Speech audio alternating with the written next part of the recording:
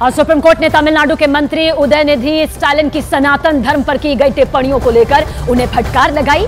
सर्वोच्च न्यायालय ने उनके इस बयान पर सवाल उठाते हुए कहा कि आप कोई साधारण व्यक्ति नहीं। सुप्रीम कोर्ट ने कहा कि पहले आप अभिव्यक्ति के अधिकार और धार्मिक स्वतंत्रता के अधिकारों का उल्लंघन करें और फिर अनुच्छेद 32 के तहत सुप्रीम कोर्ट का दखल चाहते हैं। आप एक मंत्री हैं, आपको ऐसी टिप्पणियों के नतीजे पता होने चाहिए।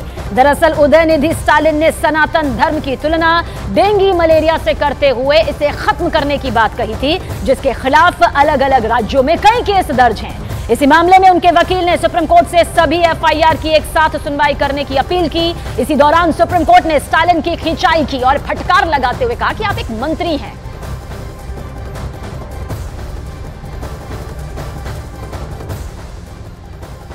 उस पीआईएल में मांग की गई थी कि असदुद्दीन ओवैसी, उदयनिधि स्टालिन जो तमिलनाडु सरकार में मंत्री हैं, बिहार के जो फॉर्मर मिनिस्टर उस वक्त वो मंत्री थे बिहार सरकार में, चंद्रशेखर जो आरजेडी के विधायक हैं, दूसरे जो आरजेडी के विधायक है बिहार में वीर बहादुर सिंह, और उत्तर प्रदेश में जो सपा के विधायक है स्वामी प्रसाद मौर्य, इन सबों के ऊपर एफआईआर रजिस्टर करने की याचिका दाखिल की गई थी। हम लोगों ने एसआईटी से इन्वेस्टिगेशन की भी मांग की थी।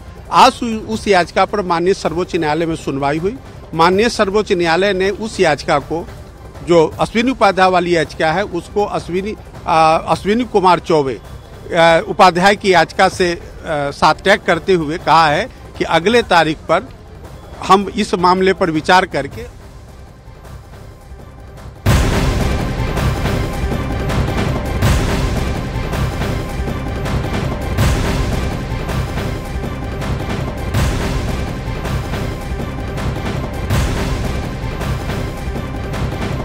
और वोट के बदले नोट पर सुप्रीम कोर्ट का बड़ा फैसला आया है। इलेक्शन धमाका में इस वक्त की बड़ी खबर, हम पुराने फैसले से सहमत नहीं, सीजेआई की तरफ से। देखिए ये बड़ा फैसला यहां पर सामने आया है। वोट के बदले नोट पर यह सुप्रीम कोर्ट का बड़ा फैसला है। हम पुराने फैसले से सहमत नहीं है, ये साफ शब्दों में कहा गया है। दरअसल सुप्रीम कोर्ट ने 1998 के फैसले को यहां पर पलट दिया है। सुप्रीम कोर्ट की 7 जजों की बेंच ने यह फैसला सुनाया था, जिसे पलटा गया है कि घूसखोरी पर छूट नहीं दी जा सकती किसी भी कीमत पर।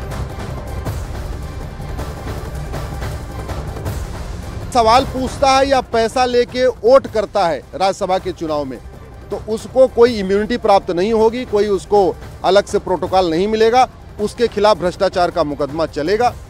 माननीय सुप्रीम कोर्ट ने कहा है कि ये पैसा लेके वोट करना और पैसा लेके सवाल पूछना, ये पार्लियामेंट्री डेमोक्रेसी के लिए जहर के समान है, ये पार्लियामेंट्री डेमोक्रेसी के लिए कैंसर है, इसलिए इसको रोकना बहुत ज़रूरी है। और आज स्पष्ट कर दिया है, अब किसी भी विधायक को या किसी भी सांसद को पैसा लेके पार्लियामेंट में कुछ भी करने पे कोई इम्यूनिटी नहीं होगी। उसको नॉर्मल जैसे एक क्रिमिनल के खिलाफ केस चलता है, एक भ्रष्टाचारी के खिलाफ केस चलता है, वो भ्रष्टाचारी के खिलाफ केस चलेगा।